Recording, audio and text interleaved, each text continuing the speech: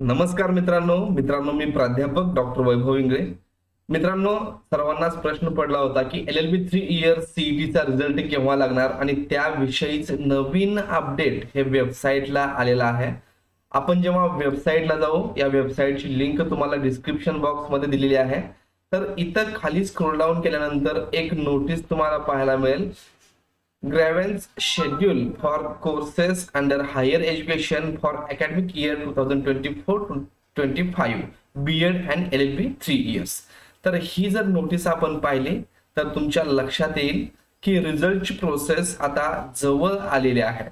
तर या नोटीस मध्ये इथं display of question paper responses given by the candidates and correct answer की। तर सुरुवातीला या वर्षीपासून हा बदल झालेला आहे। तुम्हाला क्वेश्चन पेपर मिळणार आहे, तुम्ही कुठल्या क्वेश्चनचं कुठलं आन्सर दिलेलं आहे त्याचं रेकॉर्ड तुम्हाला पाहायला मिळणार आहे आणि करेक्ट आन्सर कुठला आहे त्याची आन्सर की तुम्हाला 1/4/2024 रोजी B.Ed आणि LLB 3 इयर या कोर्सेसचं आन्सर की वगैरे तुम्हाला 1/4/2024 रोजी मिळून जाईल।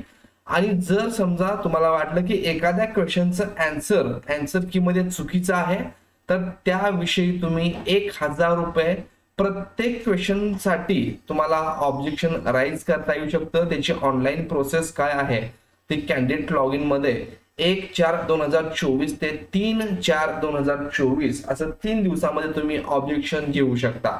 तर याविषयी तुम्हाला इथं सूचना दिलेल्या आहेत आणि त्यानंतर ग्रॅव्हन्स सबमिट केल्यानंतर ती जेव्हा प्रोसेस होईल त्यानंतर रिझल्ट लागण्याची शक्यता आहे आणि हा रिझल्ट 15 तारखेपर्यंत 15 ते 20 तारखेपर्यंत लागू शकतो।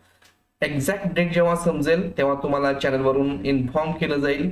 मित्रांनो, जर तुमच्या काही समस्या असतील किंवा जेव्हा तुम्हाला आन्सर की मध्ये एखाद्या क्वेश्चनचं आन्सर चुकीचं आहे आणि तुम्ही दिलेलं जर बरोबर आन्सर आहे, हे कशा प्रकारे ग्रॅव्हन्स सबमिट करायचा, पण त्यासाठी इथं पहा तुम्ही एका प्रश्नाला 1000 रुपये तुम्हाला पेड करावे लागणार आहेत। तर ही सुविधा या वर्षीपासून चालू केलेली आहे। तर तुम्ही अशा प्रकारे तुमचं ऑब्जेक्शन राईज करू शकता आणि ते कसं करायचं ते 1 तारखेला जेव्हा प्रोसेस सुरू होईल तेव्हा आपण त्याविषयी डिटेल व्हिडिओ बनवणार आहोत। धन्यवाद।